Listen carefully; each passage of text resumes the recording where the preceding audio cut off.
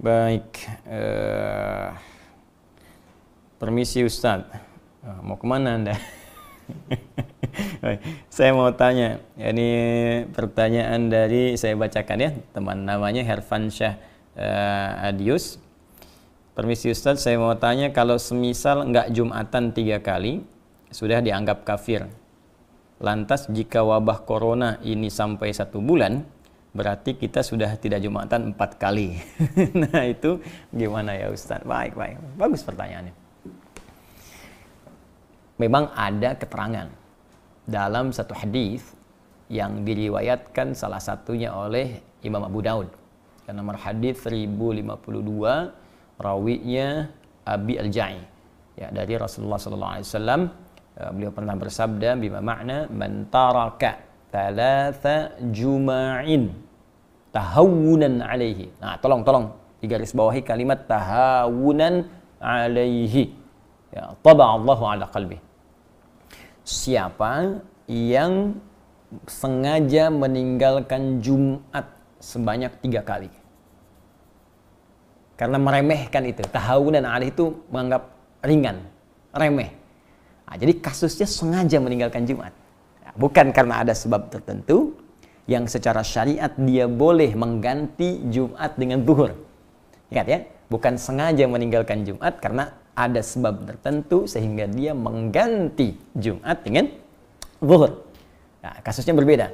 Maka di hadis ini dikatakan siapa yang sengaja meninggalkan Jumat sebanyak 3 kali karena meremehkan, menganggap ringan ibadah Jumat itu, maka taba'allahu ala qalbi. Allah akan menutup, memberikan cap kepada hatinya. Ya, taba'a sama dengan khatama. Ya, sama dengan Al-Baqarah ayat ke-7 itu ketika Allah mengatakan khatamallahu ala qulubihim wa ala sam'ihim wa ala absarihim ghishawa wa lahum adzabun azim. Maka diancam oleh Allah Subhanahu wa taala, hati-hati.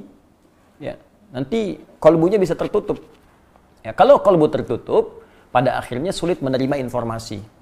Nah, bukan hanya informasi-informasi yang dimaksudkan kebaikan-kebaikan, tapi pada puncaknya sulit menerima nur Allah Subhanahu wa taala. Karena itu kalau dengar azan ke telinga sudah nggak mempan lagi, nggak peduli dengar azan. Lihat orang ke masjid sholat sudah tidak ada kecenderungan untuk bisa mengikuti. Bahkan puncaknya ada yang anti. Awas, hati-hati nih. Hati-hati, puncaknya anti. Ya, mohon maaf, ya, azan jadi komplain, lihat orang sholat jadi sewot. Nah, sekarang padahal ada tempat misalnya yang aman, ya boleh jadi tidak ada isu virus di situ, tiba-tiba ikut komentar tutup masjidnya misalnya. Nah, ini aneh nih, saat masjid buka Anda tidak ada, ya saat masjid sekarang ada corona ramai Anda minta ditutup, padahal orangnya nggak pernah ke masjid misalnya.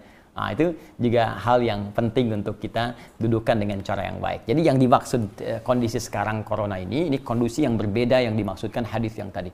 Ya, karena itu penting kita mengkaji secara detail sehingga tidak salah paham atau pahamnya yang salah. Jelas ya? Nah, dalam konteks orang tidak bisa Jumat, nah, karena kekhawatiran diduga menyebarnya virus misalnya corona ini, ya apalagi misalnya mohon maaf di masjid-masjid simpangan, jalan, ya atau sekarang seperti Istiqlal, kan?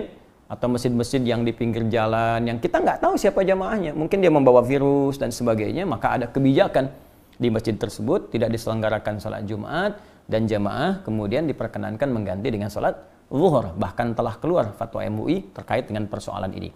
Maka di sini pernah saya sampaikan berlaku hadis Nabi. Ya, idza maridal 'abdu aw safar kutiba lahu mithla ma kana 'alaihi muqiman sahiha.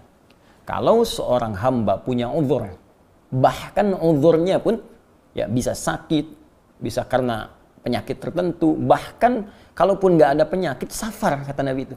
Safar, perjalanan jauh. Ya, karena ada masyaqqah, kesulitan tertentu. Jadi ilat perjalanan itu, sebab perjalanan itu bisa karena panjangnya jadi lelah, atau bisa karena kedua masyaqqah, kesulitan dalam perjalanan itu yang menyebabkan ia tidak mampu mengerjakan rutinitasnya. Dia nggak bisa Jumat. Kemudian dia kerjakan zuhur. Bahkan dalam waktu bukan Jumat pun dia berangkat, misal saya ingin katakan saya tinggal di Bekasi ini. Ya, kemudian saya akan ke Bandung. Macetnya luar biasa. Macet. Saya sampai di kilometer 57, saya singgah di situ. Nah, situasi macet luar biasa, mungkin sampai ke Bandung maghrib gitu kan, sehingga tidak mendapati asar di tempatnya atau di jalannya. Maka saya jamak qashar. Ya, saya gabungkan zuhur dengan asar, saya persingkat jadi 2. Itu dalam situasi jamak qasar pun, kata Nabi, Anda mendapatkan pahala sempurna seperti Anda biasa kerjakan sebelumnya dalam rutin. Jadi kalau Anda biasa ke masjid, dapat pahala ke masjid.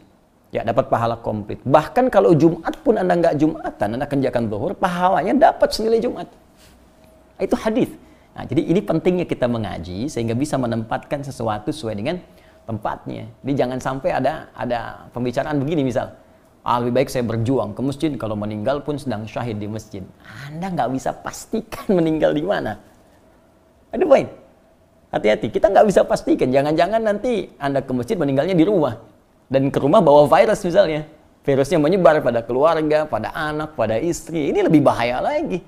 Jadi carrier Anda membawa nih. Jadi agen pembawa virus kepada yang lain. Nah ini penting difikirkan di dalam konteks ini. Dan Nabi telah memberikan solusi. Ya, Nabi telah memberikan solusi tentang persoalan yang dimaksudkan. Wallahu ta'ala a'lam bis-shawab.